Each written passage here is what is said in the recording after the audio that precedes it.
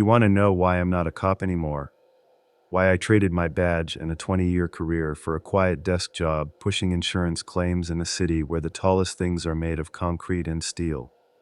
People I used to work with think I burned out, that the stress of the job finally got to me. My family thinks I had a breakdown after that last call.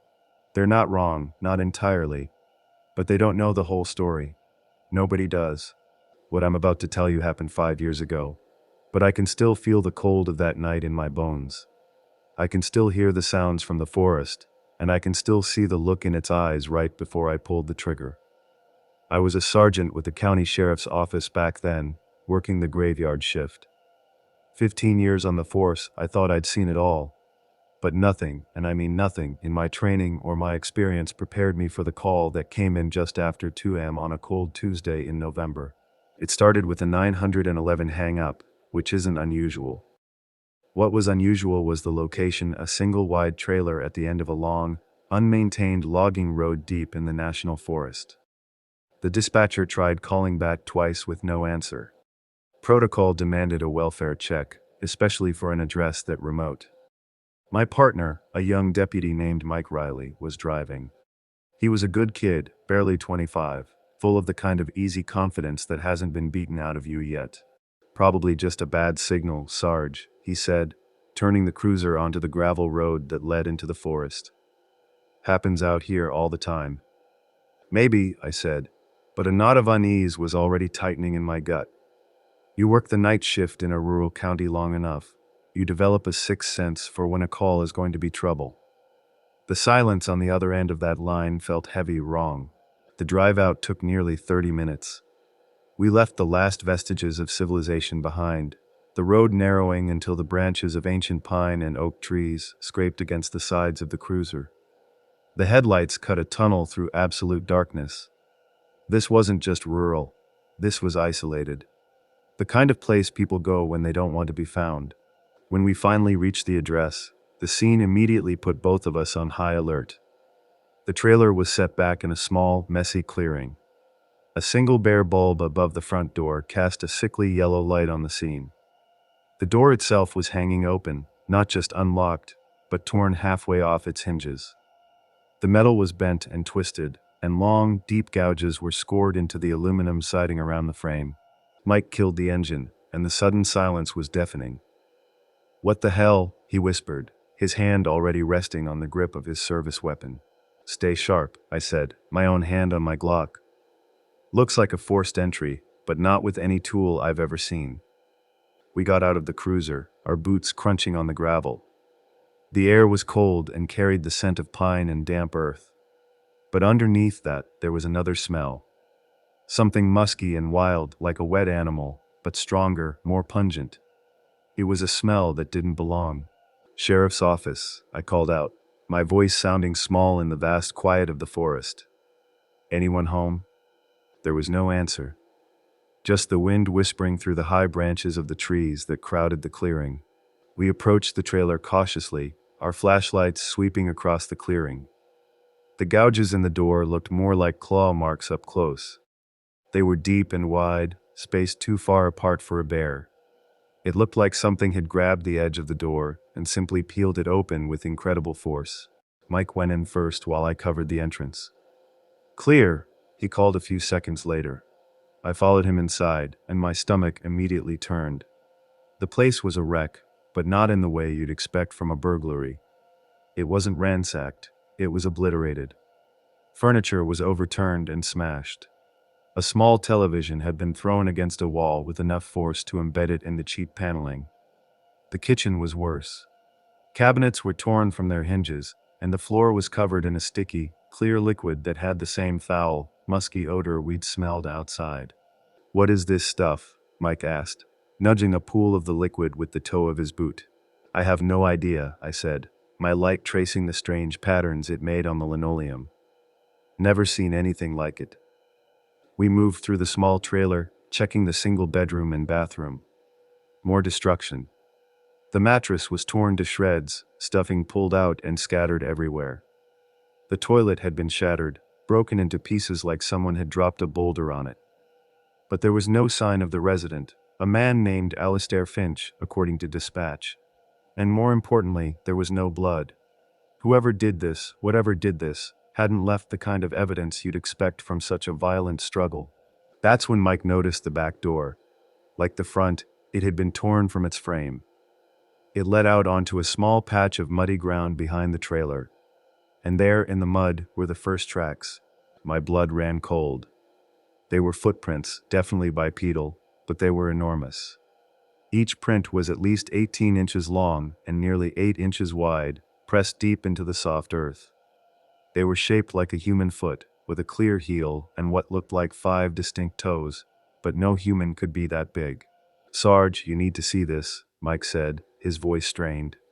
He was shining his flashlight on a set of drag marks leading from the back of the trailer into the dark wall of the forest. The marks were clear in the mud. 2 parallel grooves, as if someone had been pulled away by their feet. And alongside them, more of those massive footprints. I immediately got on the radio. "Dispatch, this is Sergeant Miller. We have a possible abduction at the Finch residence. The scene shows signs of extreme violence. We're requesting backup, K9 and a forensics team. And notify state police. Something's not right out here." The dispatcher acknowledged, but the news wasn't good. The nearest units were 45 minutes out. K9 would take at least an hour. The state forensics team wouldn't be able to get here until dawn. Mike and I looked at each other. We both knew what that meant. If Alistair Finch was out there, hurt and bleeding, waiting hours for backup wasn't an option. The temperature was already dropping below freezing. He wouldn't survive that long. "We have to follow the trail," Mike said, already sounding more like a seasoned veteran than a rookie. "I know," I replied, though every instinct I had was screaming at me to wait for backup. "But we stick together. No splitting up. We go 50 yards in, see what we find. If it looks too dangerous, we pull back and secure the scene." We grabbed our heavy-duty flashlights from the cruiser and started into the woods, following the drag marks and the impossible footprints. The forest immediately swallowed us.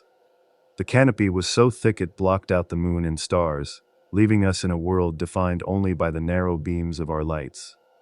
The musky smell was stronger in here, and the silence was absolute. It felt like we'd stepped into another world, one with different rules. The trail was easy to follow at first.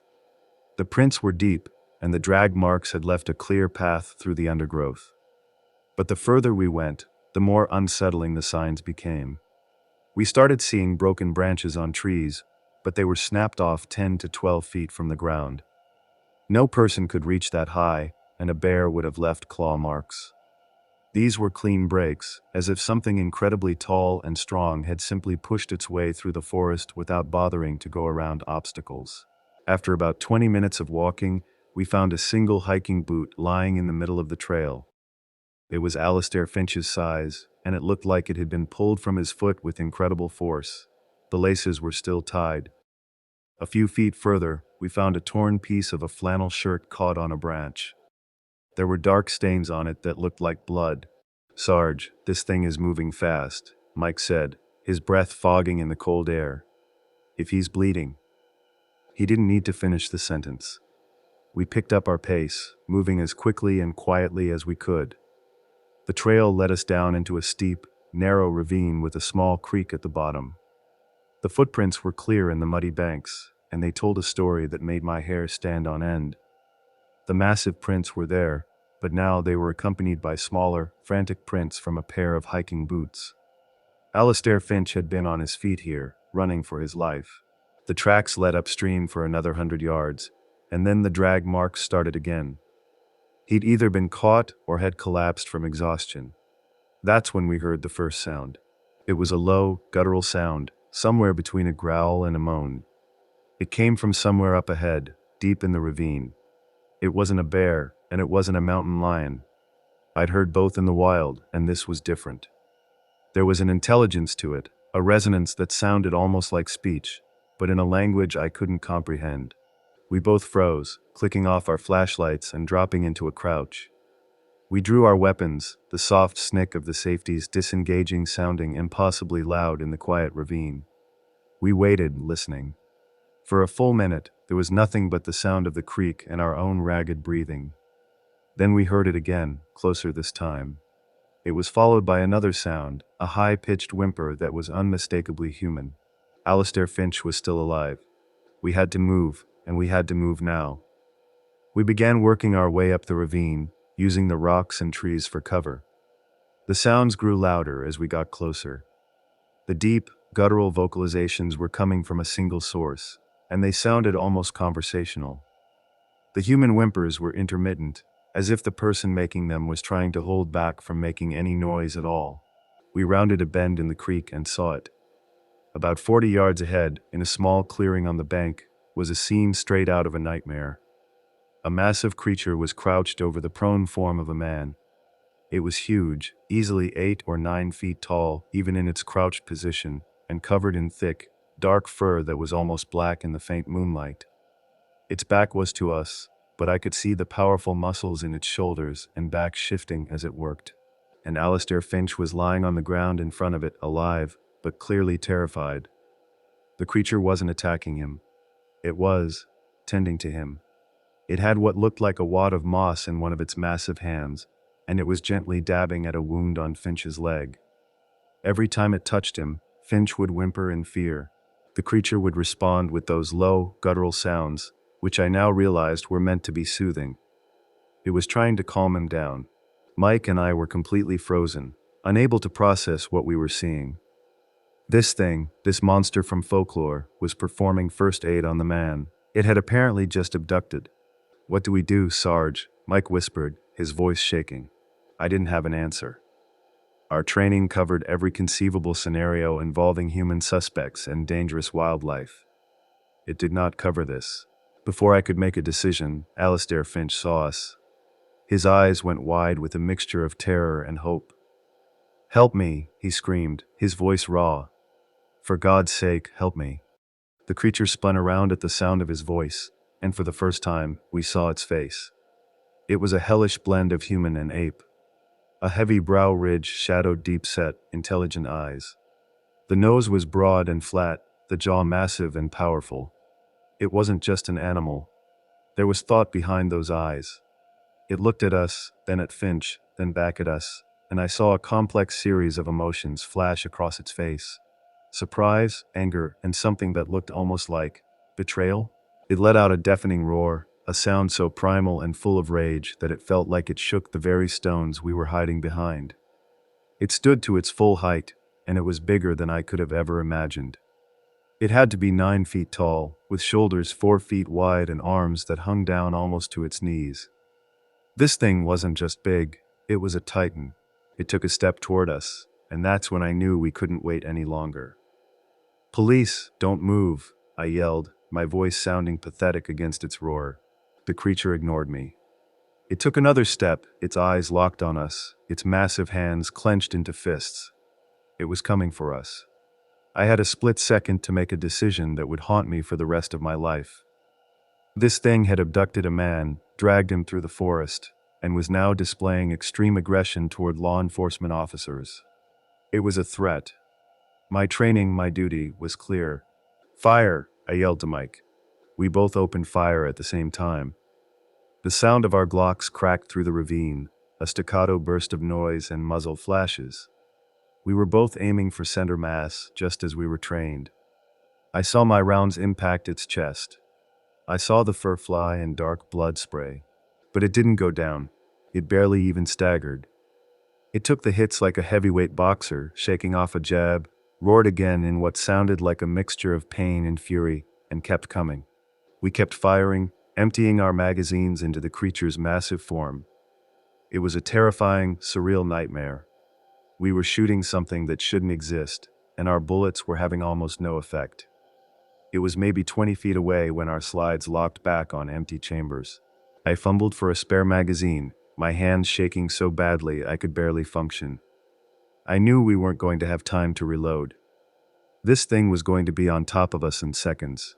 It was going to tear us apart just as it had torn apart that trailer. As the creature lunged, Mike did something incredibly brave and incredibly stupid.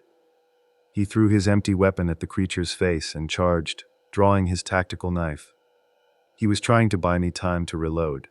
The creature swatted him away with a casual backhand. It wasn't even a full-force blow, but it sent Mike flying through the air. He hit a rock wall with a sickening crunch and collapsed in a heap, motionless. I finally managed to slam a fresh magazine into my pistol, but it was too late. The creature was on me. It grabbed me by the front of my tactical vest and lifted me off the ground like I weighed nothing. I was staring into its face, into those intelligent, hate-filled eyes.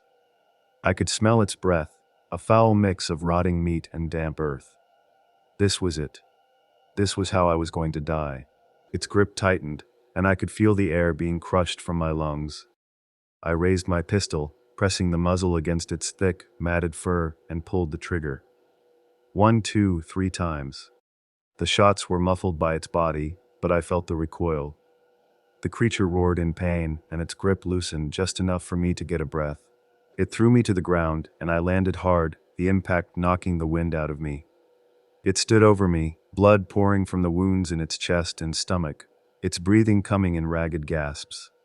It raised a massive, clawed hand to strike me down.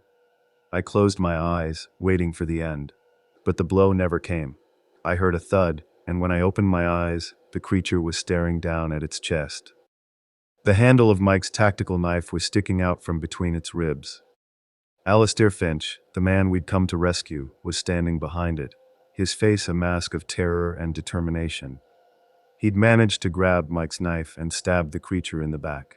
The creature looked from the knife in its chest to me, and the expression on its face changed.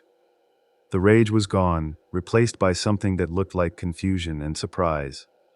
It took one more shuddering breath, and then it collapsed, its massive body hitting the ground with enough force to shake the earth. For a long moment, there was silence. Finch and I just stared at each other, then at the massive, dead creature lying between us. We had done it. We had killed Bigfoot. The thought was so absurd, so impossible, that I almost started laughing. But the laughter died in my throat when I remembered Mike. I scrambled over to where he lay. He was unconscious, his breathing shallow. He had a deep gash on his forehead, and his arm was bent at an unnatural angle. But he was alive. "We have to get him out of here," I said to Finch, my voice shaking. "And we have to call this in." That's when the real nightmare began. We were miles from our vehicle, deep in a forest that was now home to a very large, very dead creature that wasn't supposed to exist, and possibly others. Mike was seriously injured and needed immediate medical attention.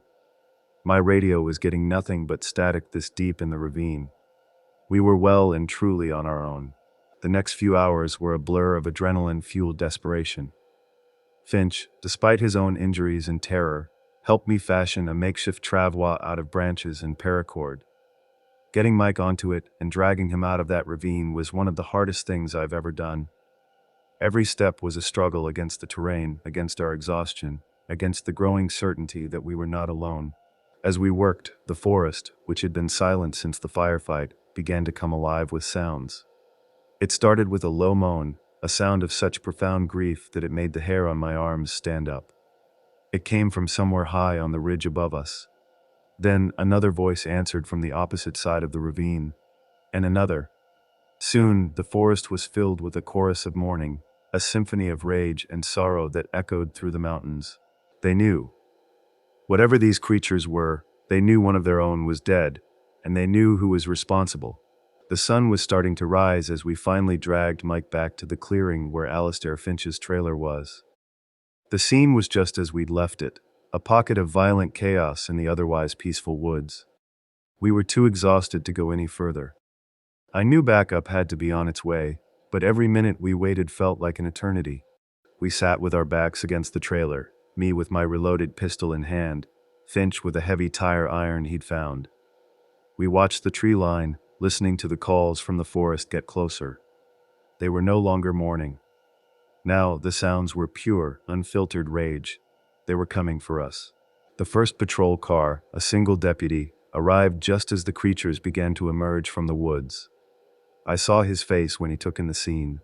The destroyed trailer, 2 men battered and bloody, another unconscious on a makeshift stretcher, and the first of the massive, dark shapes stepping into the clearing. To his credit, he didn't hesitate. He got on his radio, his voice tight with panic, and called for every available unit. What happened next is hard to describe. It wasn't a battle, it was a siege. We were surrounded. There were at least 5 of them that I could see, moving with terrifying speed and intelligence. They used the trees for cover, coordinating their attacks, throwing rocks the size of bowling balls that dented the patrol car and shattered the windows of the trailer. More deputies arrived, then state troopers. The clearing filled with the flashing lights of emergency vehicles and the sounds of shouting and gunfire. But it was chaos. We were out of our depth, fighting something that didn't follow any rules we understood. These things were incredibly strong, incredibly fast, and they absorbed bullets like they were bee stings. I saw one of them pick up a deputy and throw him 20 feet into a tree. I saw another rip the door off a state police cruiser and use it as a shield. They weren't just animals acting on instinct.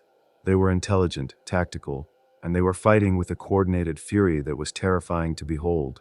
The official story, the one you'll find in the redacted reports, is that we were attacked by an unusually large and aggressive family of black bears that had been driven mad by rabies. The reports talk about mass hysteria among the officers, about the difficult terrain and poor lighting conditions. They explain away the impossible footprints as misidentified bear tracks, the incredible strength as adrenaline-fueled exaggeration.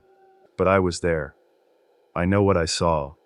And I know that what happened next is the reason I can no longer wear a badge. The fight lasted for nearly an hour. We were losing. Several officers were down, and we were running low on ammunition. The creatures were getting bolder, pressing their attack, and it was only a matter of time before they overran our position. That's when the helicopters arrived. They weren't police or National Guard. They were unmarked black helicopters, the kind you hear about in conspiracy theories. They swooped in over the clearing, their searchlights cutting through the pre-dawn gloom. And they didn't just have searchlights. They had weapons. Men in black tactical gear rappelled from the helicopters, armed with rifles that were much more advanced than anything we carried. They moved with a military precision that was chilling to watch. They formed a perimeter and opened fire on the creatures. But they weren't using regular bullets. The weapons fired darts, and wherever a dart hit, the creatures would stagger and slow down. Within 10 minutes, the attack was over. 2 of the creatures lay unconscious on the ground. The others had retreated back into the forest, carrying their wounded with them. The men in black moved in, securing the 2 downed creatures with nets and heavy restraints. Another helicopter, a massive transport chopper, landed in the clearing, and the captured creatures were loaded aboard. A man in a clean, dark suit approached me. He never told me his name. He just looked at me with cold, emotionless eyes and said, "Sergeant Miller, as of this moment, none of this ever happened. You and your men were attacked by a bear. A tragic, but explainable event. Your report will reflect that. Is that understood?"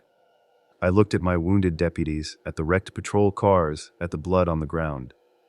I looked at the transport helicopter lifting off with 2 impossible creatures in its hold. "What were they?" I asked. The man in the suit didn't answer my question.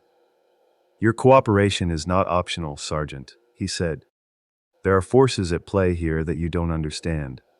For the sake of national security, and for your own well-being, you will stick to the official story." And that's what we did. Mike Riley recovered, though he never returned to patrol duty. He took a medical retirement, and I hear he moved out of state. Alistair Finch was given a new identity and relocated.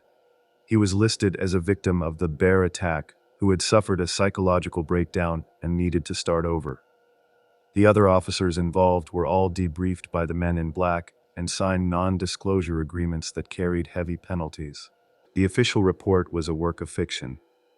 But it was the story we all had to live with. I tried to stay on the force, I really did. But I couldn't do it. Every time I went on a call in a remote area, I would feel that same primal fear. Every shadow in the woods looked like a massive, hairy figure. I started drinking too much. My marriage fell apart. Finally, I turned in my badge. I spent the next few years trying to find answers.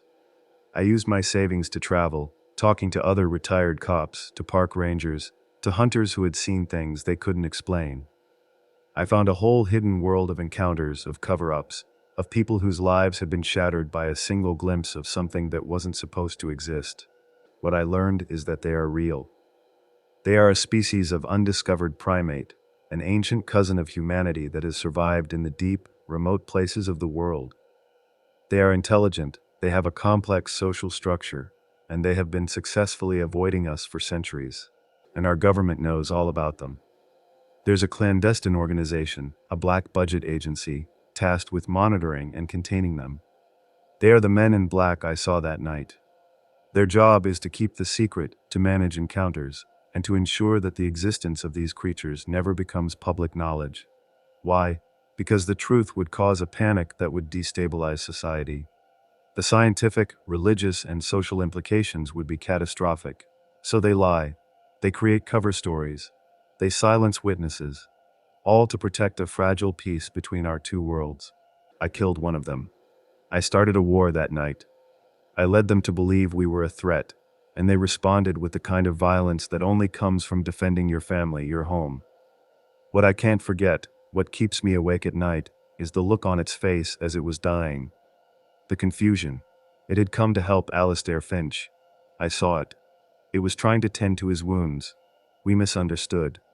We reacted with fear and violence, and we paid a terrible price for that mistake. I live in the city now. I don't go into the woods. I don't own a gun. I spend my days processing paperwork, surrounded by the noise and the safety of millions of people. But sometimes, late at night, when the city is quiet, I think I can hear them. A low, mournful call carried on the wind.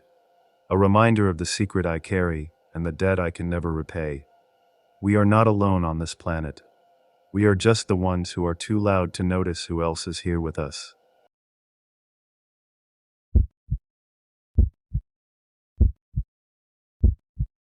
You ever have one of those moments that splits your life into two distinct parts? A before and an after. For most people, it's something normal like getting married, having a kid, or losing a loved one. For me, it was the summer of 2018, the year I learned that the shadows in the deep woods sometimes stare back. What I'm about to tell you isn't a story I share at parties. In fact, for 7 years, I haven't told a single soul. But the memory of it doesn't fade. If anything, it gets clearer, more detailed, and the weight of keeping it to myself has become too much to bear. I was working as a land surveyor back then, a job that took me into some of the most remote corners of the Pacific Northwest. I loved the isolation, the challenge of mapping terrain that most people only ever see from a plane. I was good at it too. Meticulous, patient, and completely comfortable spending weeks at a time with only the sounds of the forest for company. The contract that changed everything was for a timber company that owned a massive, undeveloped tract of land in the Cascade Mountains of northern Washington. They needed a detailed topographical survey before they started planning logging operations in the area. It was a standard job, just bigger and more remote than most. The area was a good 60 miles from the nearest town, accessible only by a series of crumbling logging roads that were barely passable, even in my modified four-wheel drive truck. For the first 2 weeks, the job was exactly what I expected. Tough, solitary, and beautiful. I'd spend my days hiking transects, taking readings with my theodolite and GPS unit, and making detailed notes about the landscape. The forest was ancient, a sprawling expanse of old-growth Douglas fir, western red cedar, and hemlock. Some of the trees were so large it would take 3 people to link arms around their trunks. The canopy was so thick that the forest floor lived in a perpetual twilight, a dim, green-lit world where the air was always cool and damp. I'd set up a base camp in a small meadow by a creek, a perfect spot with fresh water and enough open sky to get a clear satellite signal for uploading my data every few days. The silence was absolute, broken only by the wind in the high branches, the gurgle of the creek, and the occasional call of a raven. It was peaceful. It was exactly the kind of assignment I lived for. The first sign that something was off came at the beginning of the 3rd week. I was checking my gear one morning when I noticed my supply cache had been disturbed. I kept my extra food and equipment in several large, bear-proof containers chained to a tree about 50 yards from my tent. The containers were still there, and the chains were intact, but they'd been moved. Not just knocked over, but carefully lifted and set down a few feet from their original position. The ground around them was covered in deep impressions, but they weren't bare tracks. They looked almost human, but impossibly large. I'm a surveyor. I spend my life measuring things. I took out my tape and got the dimensions. The best print was just over 17 inches long and about 7 inches wide at the ball of the foot. It was pressed deep into the soil, suggesting something incredibly heavy. I'm 6'2" and 200 pounds, and my own boot print next to it looked like a child's. My first thought was that it was a prank. Maybe one of the timber company guys had driven out to check on me and decided to have some fun. But the logging road was a 3-hour drive away, and I hadn't heard a vehicle.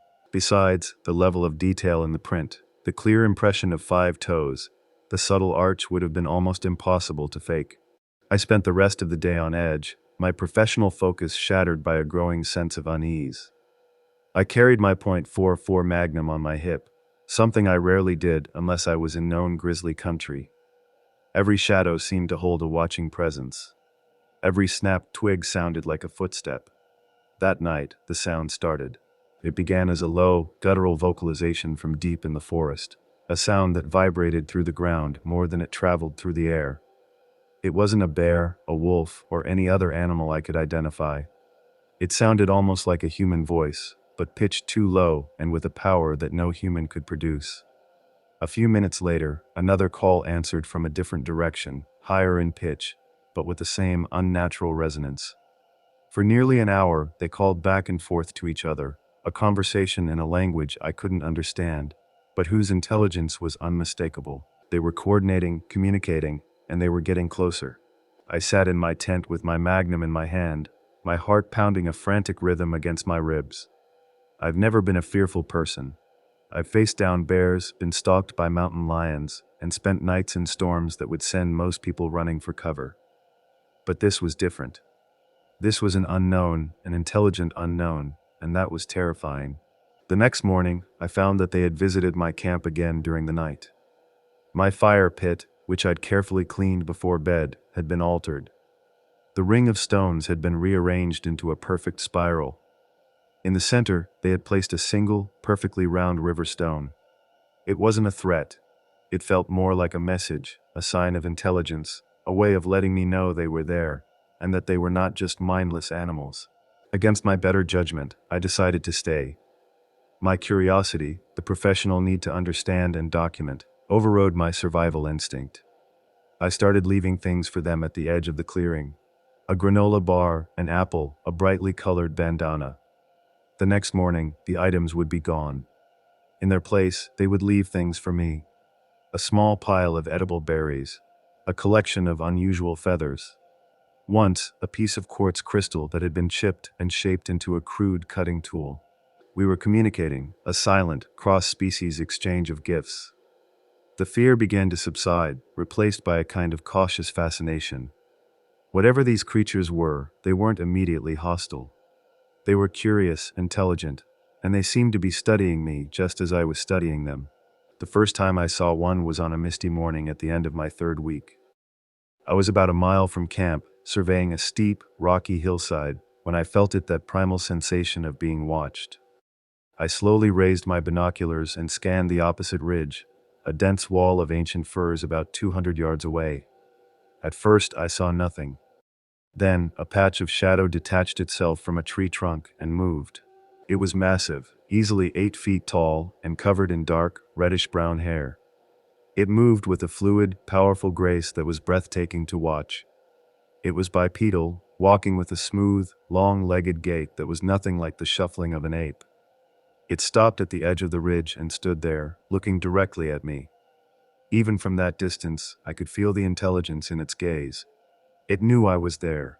It knew I was watching, and it was allowing me to see it. We stood like that for what felt like an eternity. I slowly lowered my binoculars and raised my camera, but as I focused the lens, the creature shook its head, a slow, deliberate, unmistakably human gesture of negation. Then it turned and melted back into the forest, disappearing as silently as it had appeared.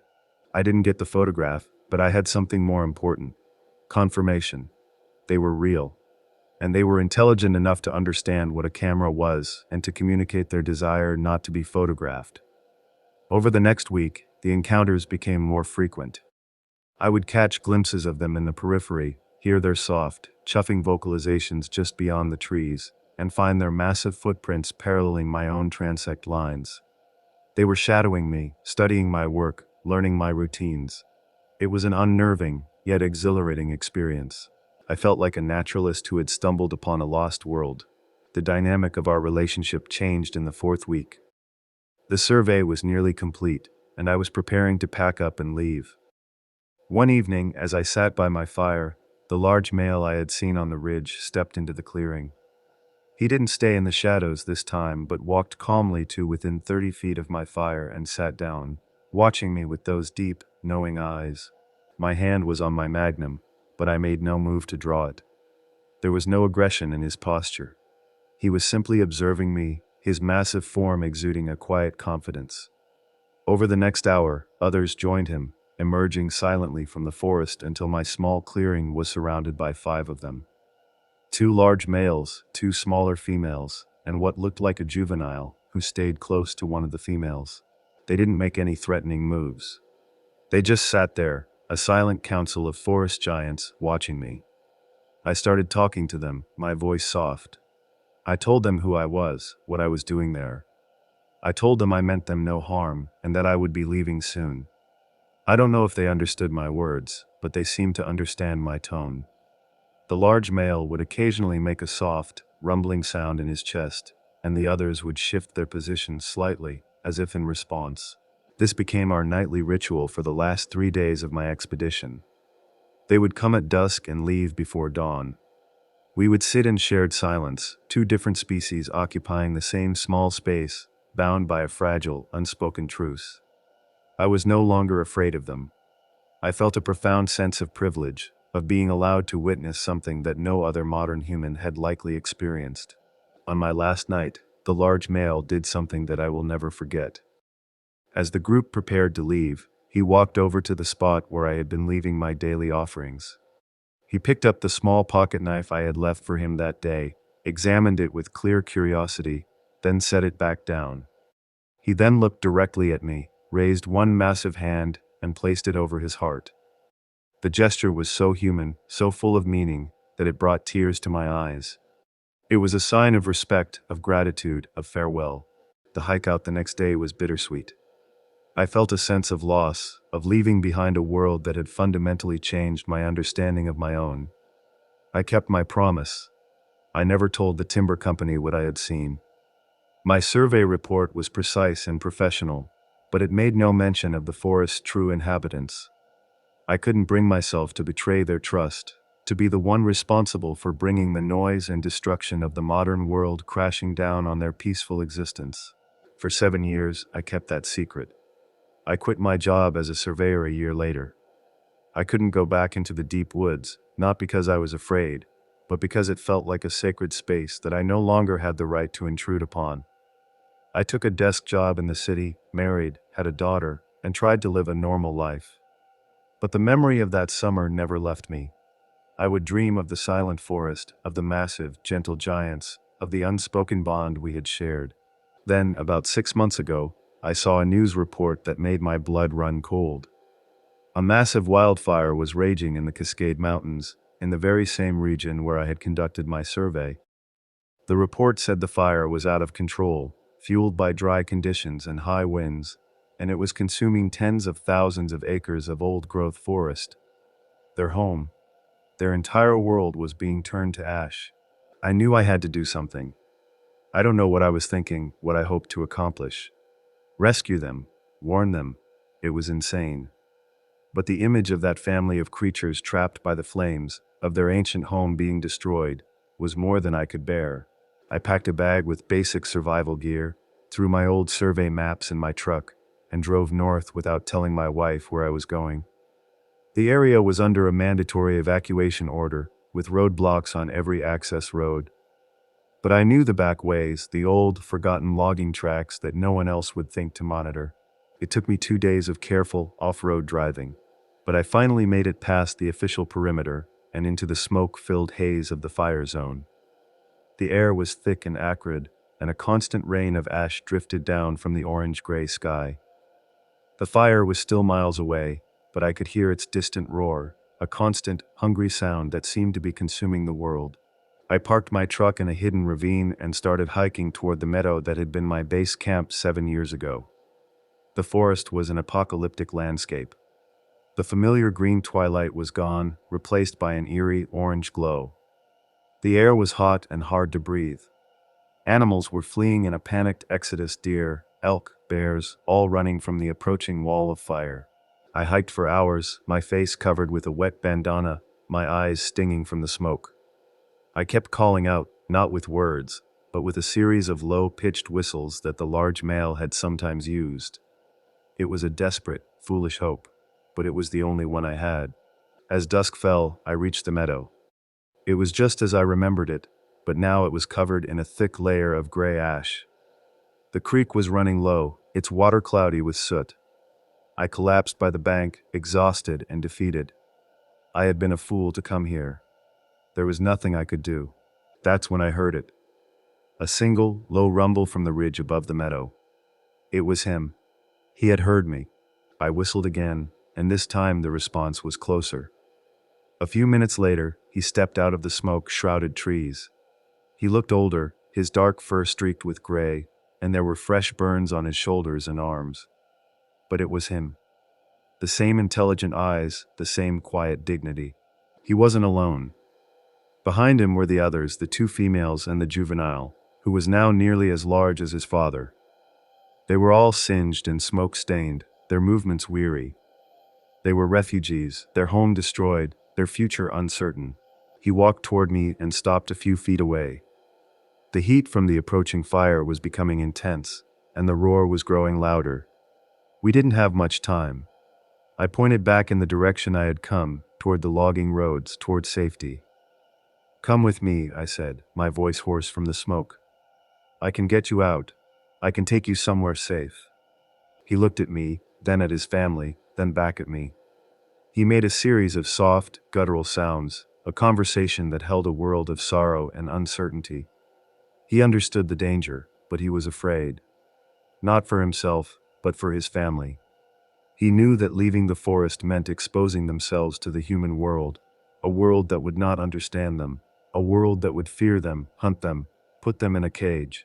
Then he did something that broke my heart. He reached out with one massive, scarred hand and gently touched my shoulder. It wasn't a gesture of aggression or dominance. It was a touch of connection, of shared grief. In that single, simple touch, he conveyed everything. His fear, his gratitude, his impossible choice. He then turned and led his family, not toward the safety I was offering, but deeper into the burning forest, toward the high, rocky peaks that rose from the heart of the wilderness. They were choosing to face the fire, to seek refuge in the high caves and barren rock fields where the flames might not reach them, rather than risk the dangers of the human world. They were choosing the devil they knew. I watched them disappear into the smoke, a family of impossible beings walking toward an uncertain fate. I wanted to scream, to run after them, to force them to come with me. But I knew I couldn't. It was their choice, their world. I was just a visitor who had overstayed his welcome. I made it back to my truck just as the fire crested the ridge above the meadow. The drive out was a harrowing race against the flames. Trees crashed down across the road behind me, and at one point I had to drive through a curtain of fire that singed the paint on my truck. The fire burned for another 2 weeks before the autumn rains finally extinguished it. It consumed nearly 100,000 acres of the national forest, leaving behind a scarred, blackened landscape. The official reports listed the old-growth heart of the forest, the area I had surveyed, as a total loss. I don't know if they survived. I pray that they did, that they found refuge in some high, rocky sanctuary where the fire could not touch them. I tell myself that a species that has survived in secret for millennia must be resilient, adaptable, and a master of survival. But the image of them walking into that inferno haunts my dreams. I haven't gone back. The area is closed indefinitely, a dead zone of blackened trees and sterile ash. But sometimes, on clear nights, I look at the satellite images online. I traced the lines of the high peaks, the deep canyons, the places where a determined family might be able to hold on. And I wonder, this Sasquatch, my Sasquatch, still lives among us. Not in the folklore books or the blurry videos, but in the memory of a promise I made and a trust I must keep. They exist in a world parallel to our own, hidden in the ever-shrinking shadows of the wilderness. And they are fighting for their survival against a world that doesn't even know they are real. Maybe telling this story is a betrayal of their trust. But maybe, just maybe, it's a prayer. A prayer that somewhere in that scarred and healing forest, they are still out there, a silent council of gentle giants, waiting for the world to grow quiet enough to hear their call. And a prayer that if we ever do, we will have the wisdom to listen.